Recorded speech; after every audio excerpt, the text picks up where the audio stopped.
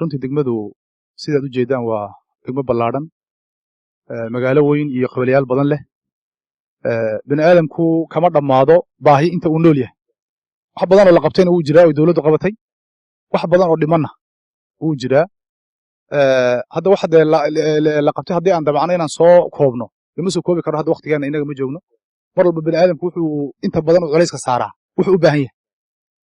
baahiyaha asaasiga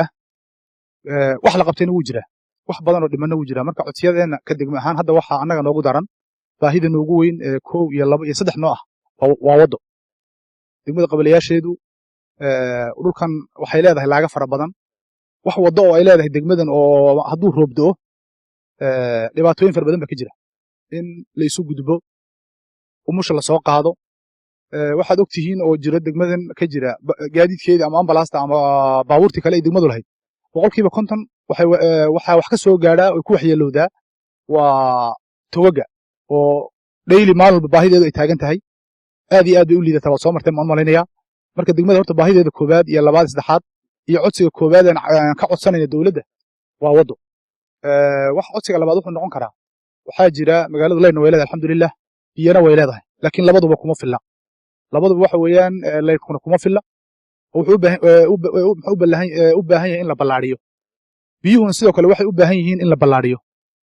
waxbarashadu si guud sida degmooyinka ayay kala mid tahay marka waxay u baahan tahay waxay degmooyinku u baahan yihiin oo tayeyn bay u baahan tahay meesha hadda la marayo meel ka wanaagsan in la gaadho waxyaalaha aan ka codsanayna waxaa ka mid ah sida aan sheegay waddada noogu muhiimsan hadday noqoto dhanka isu socodka qabalayaasha iyo hadday noqoto dhanka isu socodka degmooyinka kale ee dariska la nahay iyo deegaan kaleba waa marka koowaad waa taas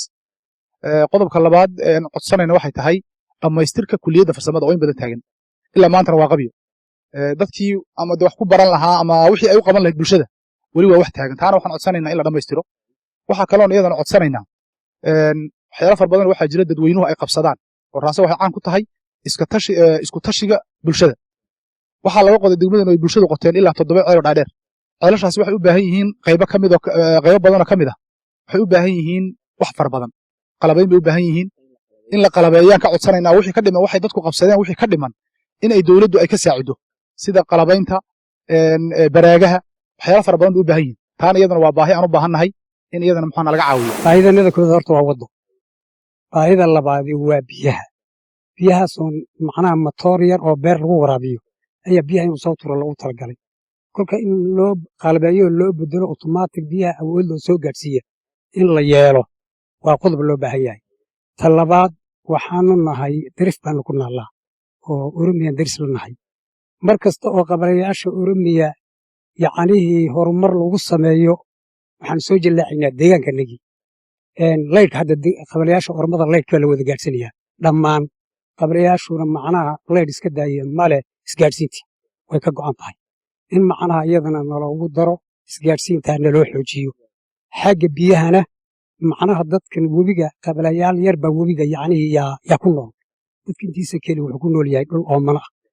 oomanahaas baraagihii hore ee laga qoday qaybo badanna way shaqeeyaan qaybana ma shaqeeyaan hadda oromiyoon darisnahay waxay ku tala gashay in macnaha shiraacyo waaweyn oo baaxad leh ayaa qabalayaashii aagga xuduudada u dhow oo dhan yaa laga qoday si macnaha dadku uu xuduudkan u adkaysto biyahana uu ugu noolaado in macnaha iyadana qabalayaasha baraagahooda wixii dayactiran uu dayactiraya wixii kale aan dayactirayn in la dayactiro xagga biyaha iyadana xoogga la saaro iyadana waanu codsanaynaa ta kale waxaa weeyaan degmadan waa degmo weyn hal hestad bay leedahay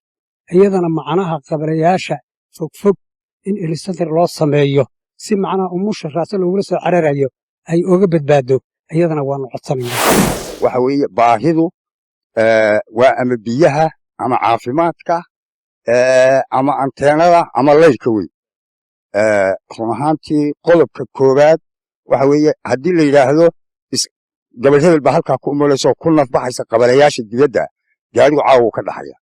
hadduu roob helo lama haweysanayo tunna laguma soo qaadi karo intaa kadib biyaha 30% baan haysanaa laydhka 30% baan haysanaa caafimaad ma jiro waxa weeye anteenadoo kale sidoo kale weeye 30% weeye magaaladiina magaalo ballaaran weeye run ahaantii meelaha qabaleeyaasha fofog ah sida ninkii iga horreeyey uu sheegay in santar loo sameeyo wax lagama maarmaana weeye si gurmadka iyo dhibaatada halkaa ka jirtaa u yaraato ta koowaad haddii aan santarka xitaa lihin haddii waddo la helo waa laga soo gaadhsiin lahaa caafimaadka soomaalida waxay ku mahmahdaa labada fallaadh isha iyo tasalka midkeeda laga goy anfadhita tasalka iyo gobaa layidhi kolley caafimaad baan leh dhakhtar weyn buu degmadu leedahay dhakhtarkaas isku tashi fara badan oo xagga bulshada ama qurba joog ha ahaato ama guda joog ha ahaato iyo dadaalkii hay-adihii hutuu dowladdu ku bixiyeen waxyaaba haddana kasii dhiman baa jira waxaan codsanayna xukuumaddan ka codsanaynaa kaydka dhiigga dhakhtarka in loogu sameeyo oo si uu ku dhaqsaaba maadaama bulsho weyn tahay way bulsho culus tahay oona kayd dhiigna una lahayn halkan dhibaato badan ay ka jirto inna loogu sameeyaan codsanaynaa mar labaad iyo mar saddexaad iyo mar afraad waxaan ku daraya halkaa uun sida caafimaadka oona sii ballaarinaya qabalayaashu fogfog in health center loogu sameeyo ambalaastu ay halkaa iyaga ugu ahaato si wadaxumada iyo baahida degmada iyo dadka ku baaba'aya mataqaanaa wadooyinka markay go'aan oo kale si ay uga baxaan oo iyagu isu adeegtaan